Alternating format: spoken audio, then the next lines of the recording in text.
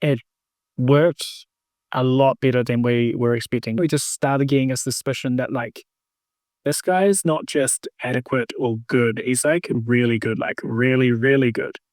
And then through using you guys, we were able to get a lot more visibility. Okay, Eldon, can you just give us a quick snapshot of the business that you're in and your role as a COO? So we're a global real estate investment platform. So we take fractionalized investment from Europe primarily, and then we design, build, and operate boutique hotels and resorts around the world. So in terms of what I do, I'm in the COO role, and it's basically taking the strategy or even developing the strategy. So CEO sets the vision, Neil sets the vision of where we want to go in each year, and then creating the strategy on how we're actually going to achieve that, and then breaking that strategy all the way down to operational level and executing on the operation thing. So that's pretty much what I do. And a lot of that is working out the bottlenecks that are slowing us down from the speed we need to be operating at. So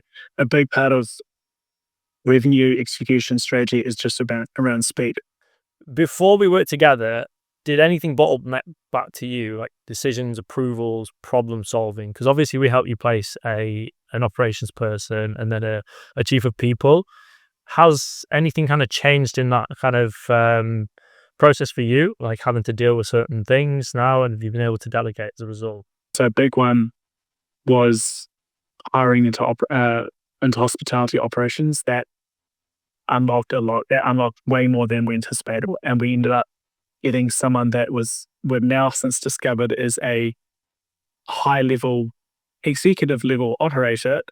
Even for the first month of him working for us, we didn't really truly understand. We just started getting a suspicion that like this guy is not just adequate or good, he's like really good, like really, really good. And now we're like, oh wow, okay, this guy's got a long career path ahead at Mentoring Group. He will go all the way to the top. Um, yeah, so there was, and the fact that we managed to hire that role within 1.5 weeks of basically meeting with you and engaging your services to get like it's like crazy level of luck to be able to hire that in 1.5 weeks. Yeah, and to not only just find him, but then just through the net that was essentially thrown out there to fill for that role, ended up inadvertently taking up someone to work into the people side of things as well. Again, a chief people officer just looking for a career change.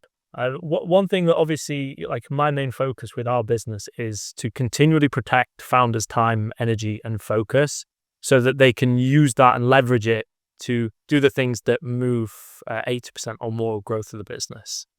My question to you, Eldon, is, and I know from the first day we met, like you've been extremely excited about the growth of Mentore and the direction of the business, but was there ever a time where it potentially felt fragile? And then how does kind of things feel now? Every single day feels like that, actually. It's like we've been on a rocket ship the entire time. I think it is probably July is when we just went to a whole nother level. And since July, everyone has been working crazy to go through the insane growth we've gone through. Like we do over 100% year on year growth. So everyone is just basically clinging on to this rocket ship as it goes at full speed and basically building everything on the go, building everything on the flight. And so that's why we've just been trying to recruit roles, people, teams as fast as possible, because that's the only way we can keep up that growth is to bring more and more people in to fill the gaps, essentially. But that's a big focus now of 2026 is just mow that down for a year to really build out the systems and the processes, the people and the teams, so that in 2027 we can push through to a whole nother level again. And I suppose my question to you with this is like, what made you realize that growing a business isn't just about hiring good people or more people would do, it's about actually getting ownership right in the business? What made us realize that is probably just seeing a few examples of where the quality of work increased significantly when a team member had ownership versus when they were just doing the work. If you gave them complete ownership, then there seemed to be some sort of like level of responsibility. So just step that up.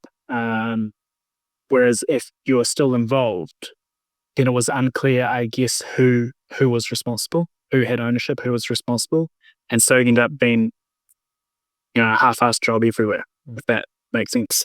If you contrast maybe working with recruiters in the past or doing things like internally, was there anything kind of done differently or like anything in our process that stood out that allowed us to be so successful with filling those two roles?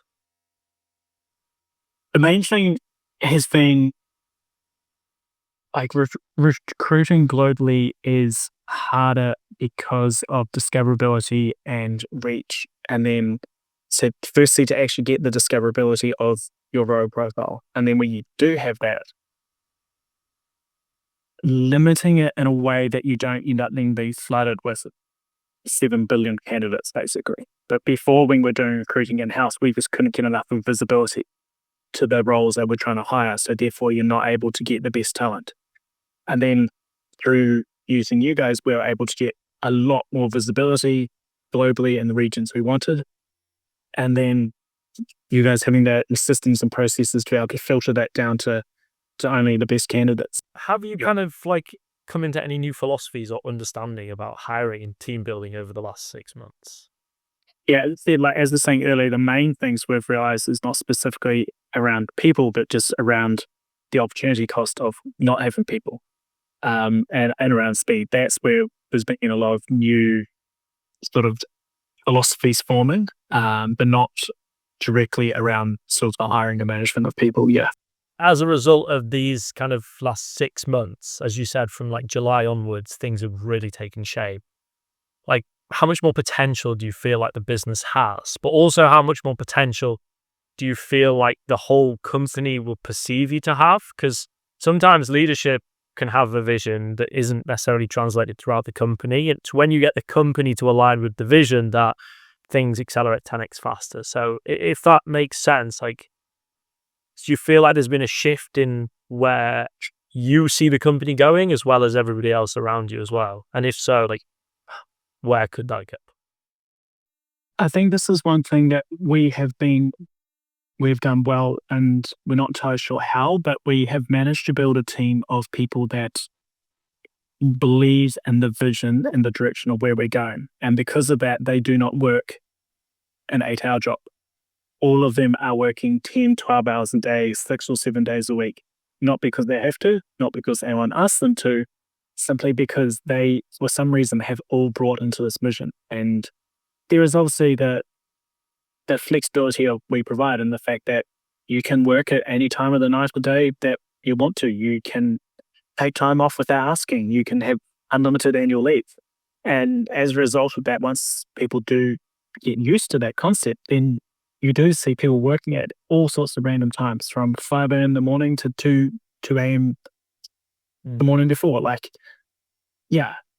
And each person in the team just picks a rhythm that sets in, essentially. So we've somehow built that culture, and even the people applying for the roles, and I think you saw that as well, people applying for the roles with us, after having the interviews with us, they made the comments to you that there's